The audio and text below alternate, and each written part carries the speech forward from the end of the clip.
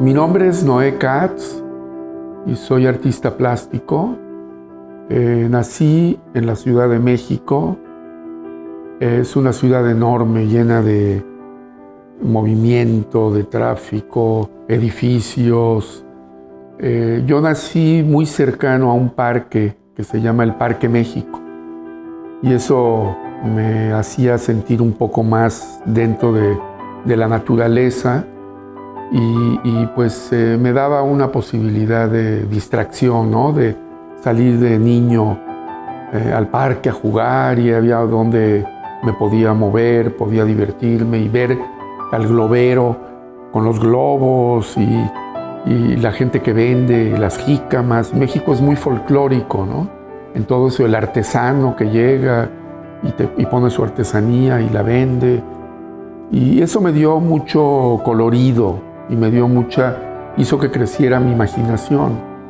Y pues vengo de una familia clase media que emigró. Mi padre emigró de Europa durante la Segunda Guerra Mundial, y mi madre sí ya nació en México, en Sonora, en Cajeme, nació en México, ¿no?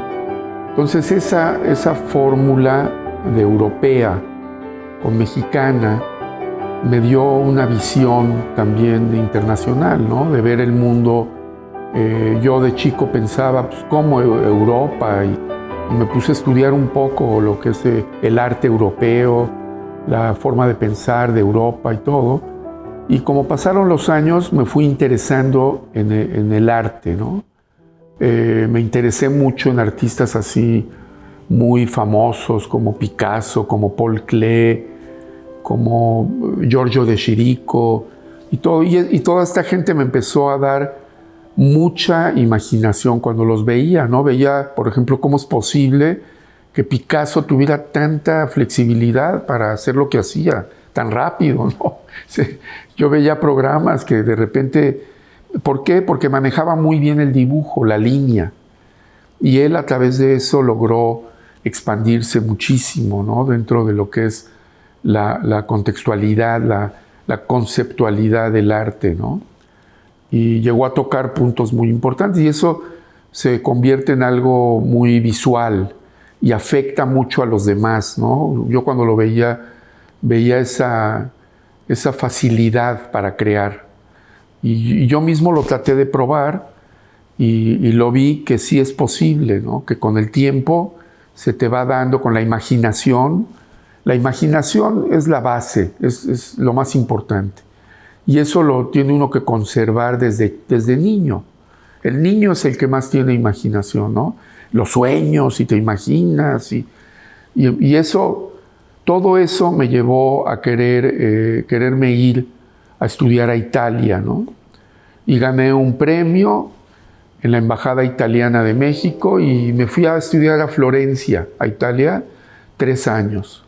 Y estuve viviendo en Florencia, precioso, un lugar mágico. Cualquier piedra que mueves es arte, ¿no? Hay arte ahí por todos lados. Y hay un movimiento estudiantil enorme, de muchachos de todo el mundo.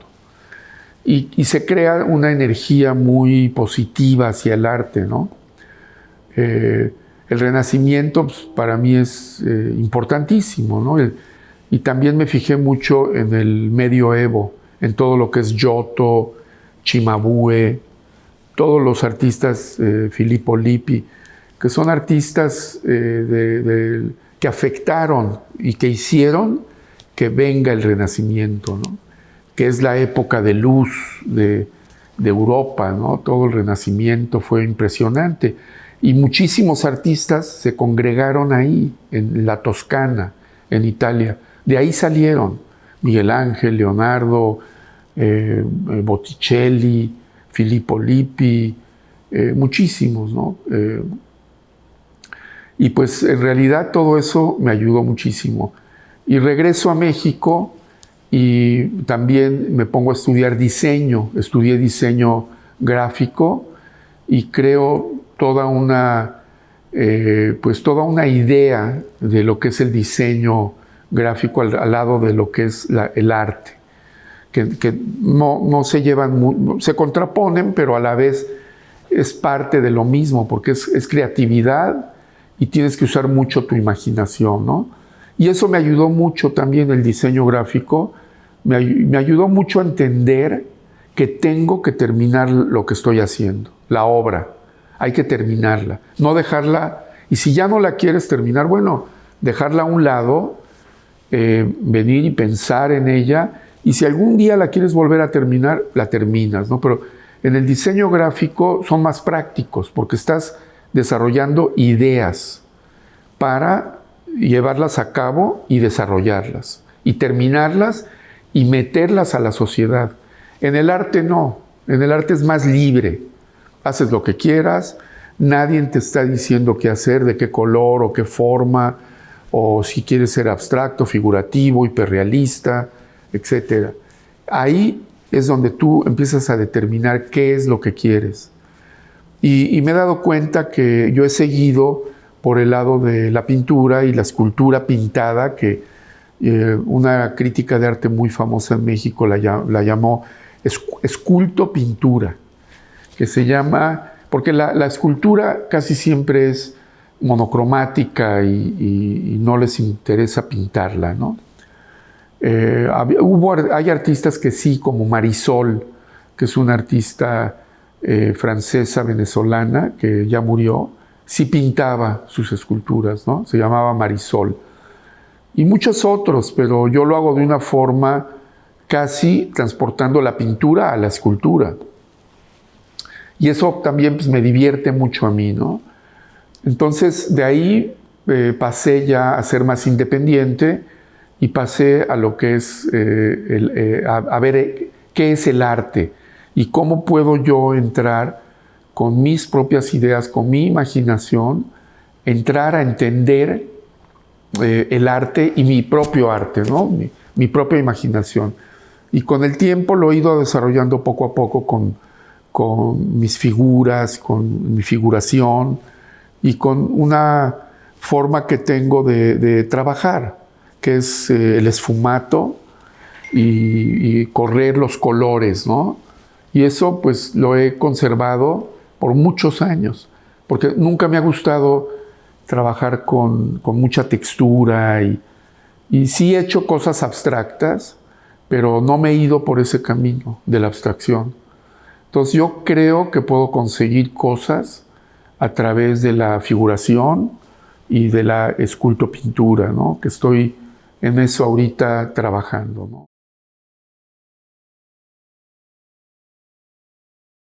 Cuando regreso a México, este es mi libro, pero aquí reseñamos en este libro uno de los proyectos que hice, este mural que está en el lobby del edificio Forum en la colonia Polanco de la Ciudad de México.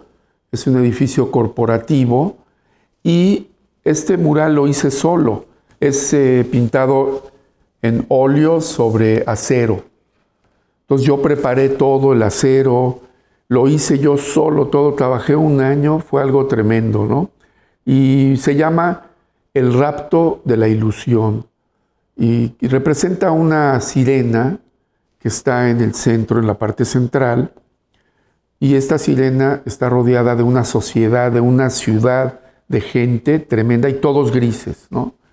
Y así es como yo he visto las grandes ciudades, todo, que añoramos ese color, el color, y yo escogía la sirena como una idea como los vikingos, ¿no? Que siempre ponían una sirena en sus barcas cuando iban a pelear, a guerrear, en son de triunfo, y les daba esa idea del color y de la vida, ¿no?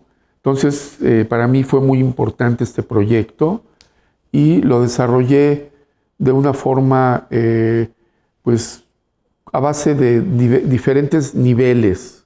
O sea, hay partes de la obra que de repente se meten, salen, un poco como la idea que hace el director de cine al filmar.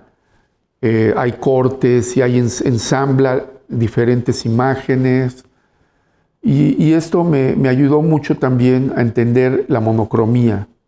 Pintar algo así tan grande, monocromático, y nada más darle un valor a la sirena de color, me dio mucha idea de lo que es el poder de la concentración de un color sobre una monocromía generalizada, ¿no?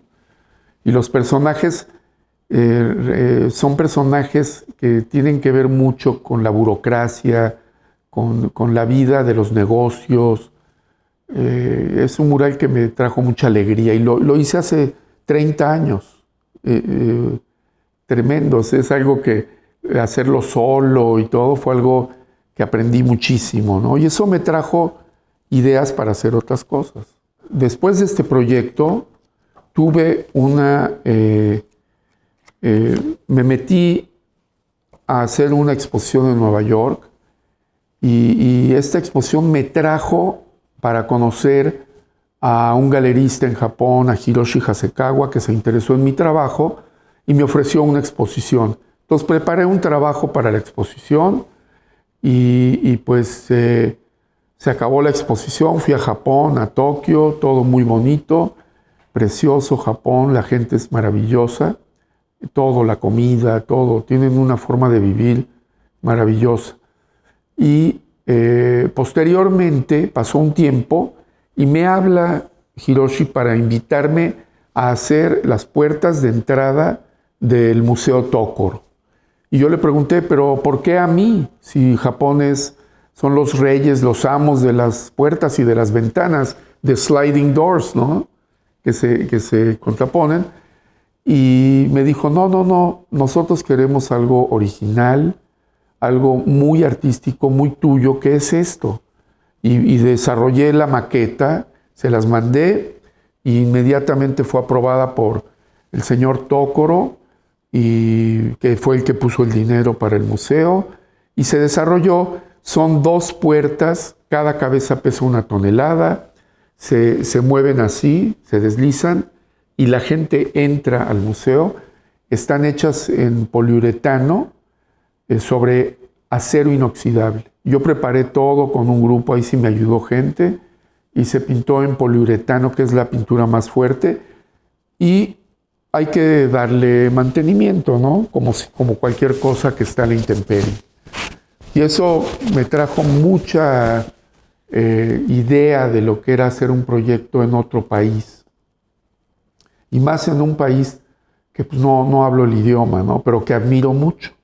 Entonces me dio mucha libertad y a la vez también es algo muy irónico como un artista como yo desarrolla un proyecto de esta magnitud en un país como Japón, que pues no había muchas ligas, ¿no? Con Japón, pero acabé haciéndolo y resultó tener mucho éxito. La gente le encantó, les gustó muchísimo y hasta la fecha pues ahí están. Se hizo hace exactamente en el 2004, hace 15 años, 16 años. Ya. El próximo proyecto es una escultura que hice en Long Beach, para Long Beach. Esta escultura es igual, es poliuretano sobre acero inoxidable. Sobre acero, perdón. Esto no es acero inoxidable. Y se hizo para el Museo de Long Beach. Se llama el Museo de Arte Latinoamericano de Long Beach. Yo conocí al primer dueño, que fue el doctor Gumbeiner, y él muy amablemente me invitó a un bungalow que tenía ahí en Long Beach, que era suyo. Y él es un doctor muy famoso que hizo todo su dinero en la medicina, pero que le dedicó mucho tiempo, fue un gran mecenas del arte y estableció este museo, y él me contrató para hacer la escultura y la puso en la entrada del Sculptural Garden. ¿Qué quiere decir? En la entrada del jardín de escultura. Y ahí estuvo por mucho tiempo. Ahorita pues, con la pandemia están haciendo cambios y vamos a ver qué pasa, ¿no? Pero es un proyecto muy bonito que desarrollé y que está al público, ¿no? Que son proyectos públicos que los ven miles y miles de gentes. Por ejemplo, el proyecto de aluminio, que ahorita lo voy a enseñar, está en la calle y lo ven ya lo han visto millones de gentes. Este proyecto de aluminio es un proyecto que hice para el Hotel Fiesta Americana Grand, que está en la Ciudad de México. Este es el restaurante del hotel y es en aluminio. Este es el edificio, es un edificio enorme. Entonces esto también me dio un gran aprendizaje, que es cómo hacer de algo tan artesanal como el aluminio, que lo usan para hacer vírgenes en Puebla y todo, convertirlo en arte, convertirlo en algo que se pueda transportar a una idea más artística, ¿no? Que no deja de tener esa parte artesanal, por supuesto, que es la parte de la manufactura y todo, pero ahí se combina muy bien, porque es la parte que le da fuerza, ¿no?, al trabajo. Y este trabajo me dio mucha libertad, me dio mucha sapienza de que el aluminio se podía usar para la intemperie. Y yo lo que decidí es no pintarlo, no usar color, porque ahí sí los rayos de sol se hubieran comido completamente la pintura, y lo decidí dejar completamente monocromático. Y resultó, porque está hasta la fecha, está ahí y perfectamente, ya lleva pues más de 20 años a la intemperie total, dándole el sol diario, y esto yo decidí ni siquiera ponerle barniz, porque el barniz al final, con tanto sol y tanto smog que hay en la Ciudad de México, lo hubiera amarillado todo, ¿no? Y el mantenimiento que se le da a este tipo de proyectos es muy ligero, es con agua caliente y a presión y ya, y te duran muchísimo tiempo, ¿no? Entonces se solucionó un problema muy interesante en estos nichos del hotel, y entró el aluminio de una forma muy elegante, ¿no? Como pueden ver, el aluminio crea esta elegancia, ¿no? Le da una parte muy bonita al hotel, y aparte reseña algo muy interesante dentro de lo que hice, ¿no?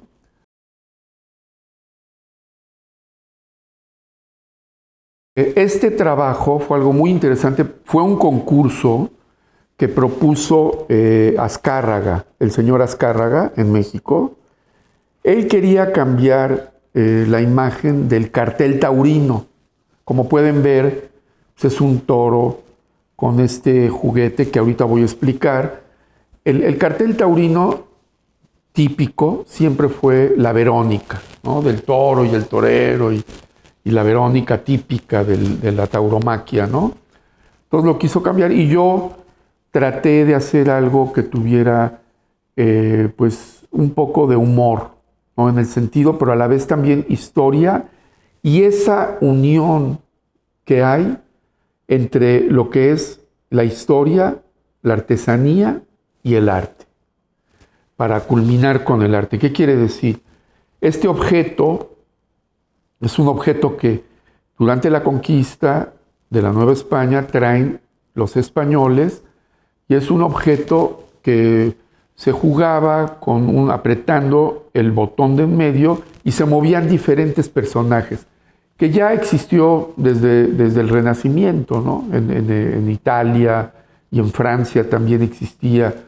Y el indígena en México lo traspola, lo transporta y lo empieza a hacer en piedra. Los primeros, y yo estudio todo esto, y de dónde viene la tauromaquia, de dónde viene, y entonces a través de esto logro descifrar que sí se puede, a través de la historia, del conocimiento de la historia y de la artesanía, de lo que ha traído consigo esto, la misma parte artesanal, meterlo a una idea más artística, ¿no? Y desarrollar, yo lo hice con el humor que trae todo esto, ¿no? la tauromaquia y todo, y hasta un cierto punto, criticando un poco lo que es la tauromaquia, ¿no? La forma, la fiesta taurina, ¿no? Que en México tuvo muchísimo arraigo, venía la tauromaquia nace primero en Grecia, luego pasa a Francia, y de Francia pasa a España, y de España pasa a México.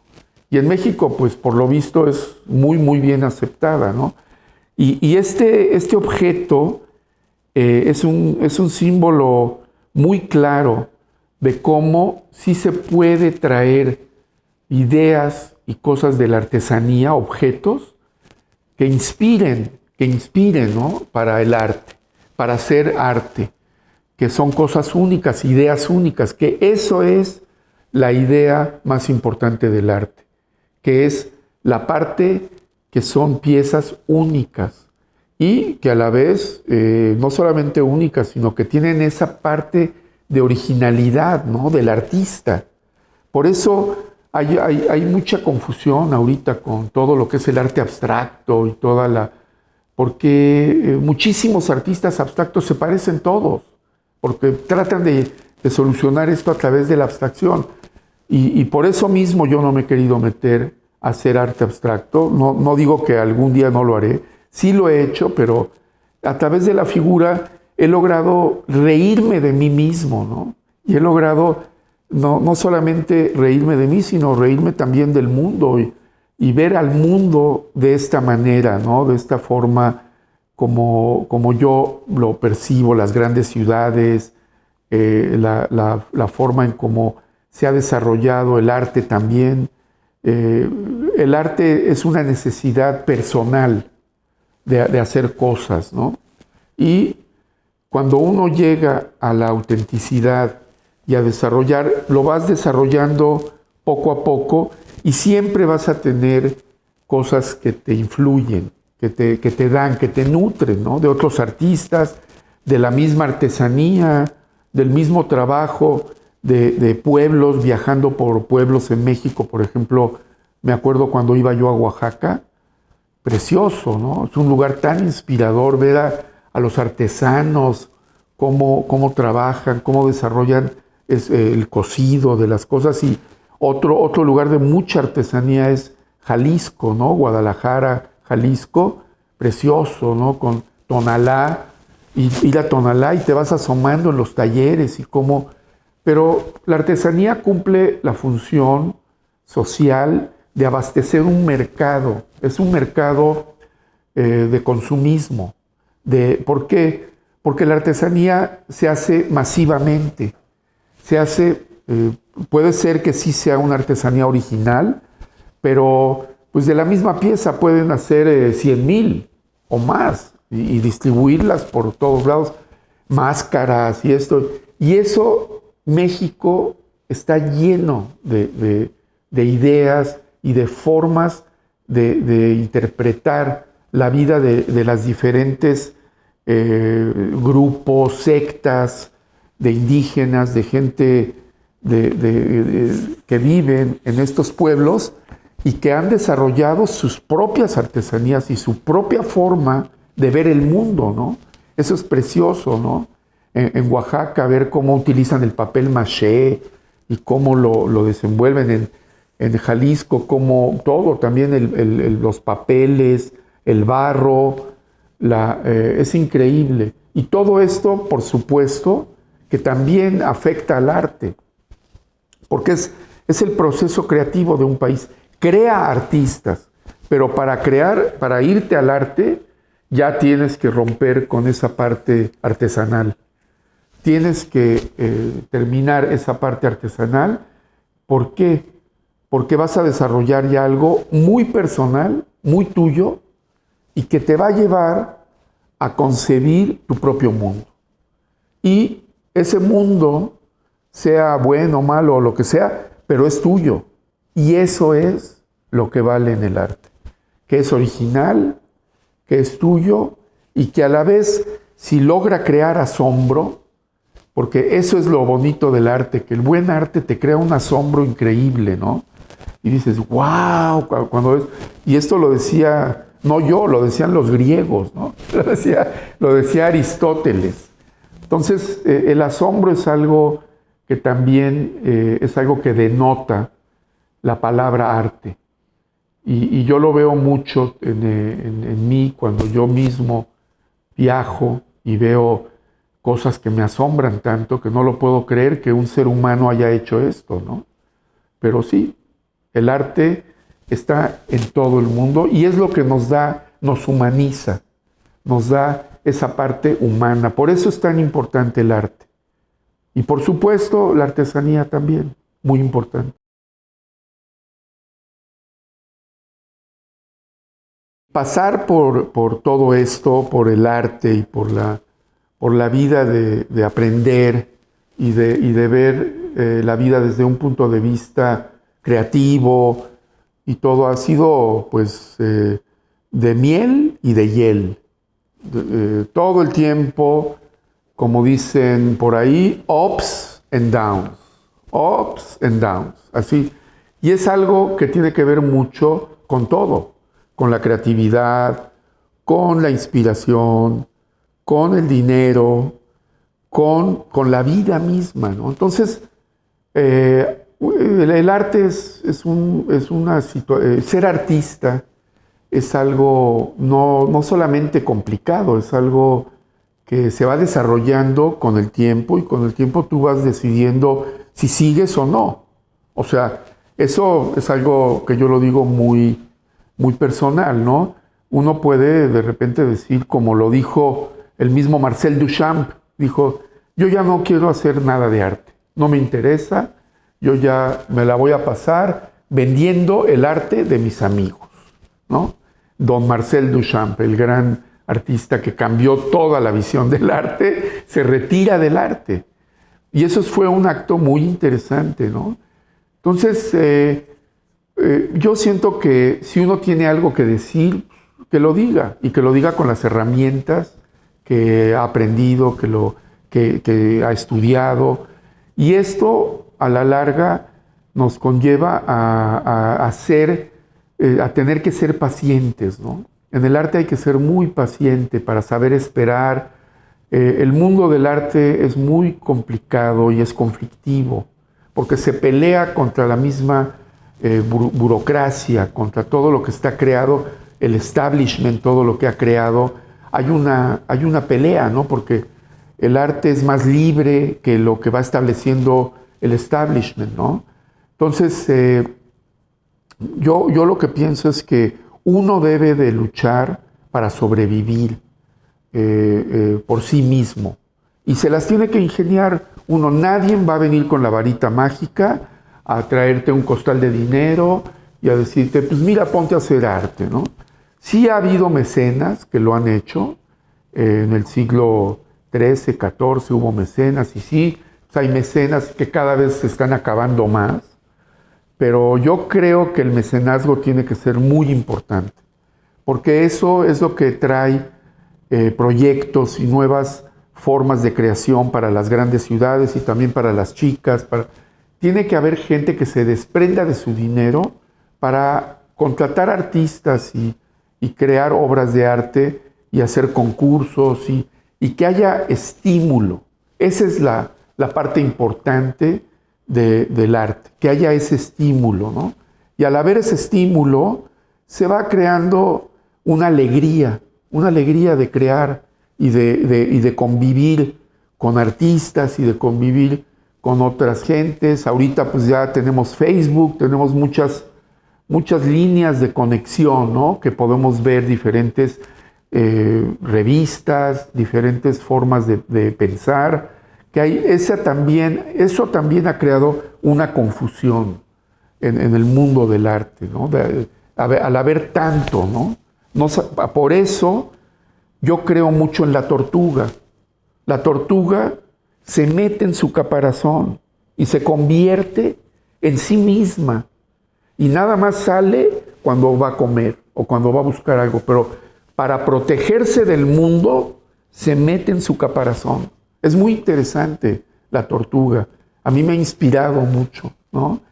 Y eso lo tiene uno que tomar muy en serio en la vida en general, ¿no? En la vida, por muchas razones, ¿no? Porque el progreso en el arte es algo que lo va uno viendo, pero muy despacio, muy despacio.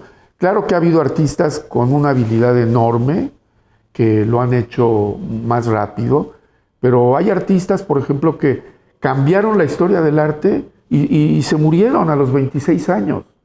Uno de ellos, bueno, Van Gogh vivió más, pero, por ejemplo, Jean-Michel Basquiat murió a los 27 años, Van Gogh no llegó a los 40, y cambiaron completamente la historia del arte, completamente.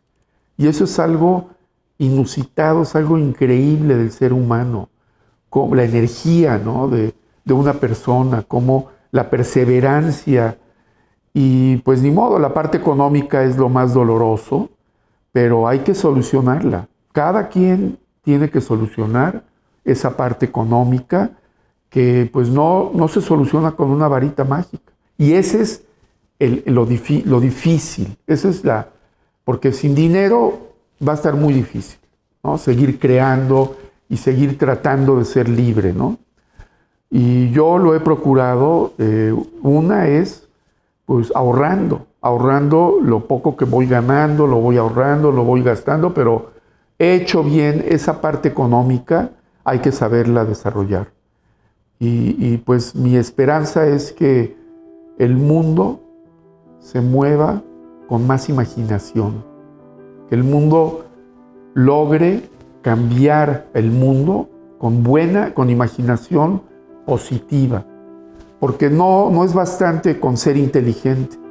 La imaginación es lo que nos lleva a crear y es lo que nos lleva por esos ríos del pensamiento, de la poesía, de la arquitectura, de todas las artes, ¿no? Como la imaginación reúne a todas las artes, al cine, al teatro, la poesía, la escultura, la pintura, la escritura, los grandes escritores. Yo conocí a García Márquez y le pregunté, ¿cómo empezó usted a escribir? El gran Gabo García Márquez, ¿no? Y que hizo 100 años de soledad, y me dijo, mira, Noé, una pregunta muy interesante, yo empecé a escribir cuando comencé a leer a Kafka. Así me contestó. Le digo, ¿por qué? Me dice, porque tenía tanta imaginación Kafka, que era tan surrealista y tan él, que me la pegó. Me pegó toda esa fuerza de la imaginación, y ahí vi que en la escritura todo era posible, todo es posible.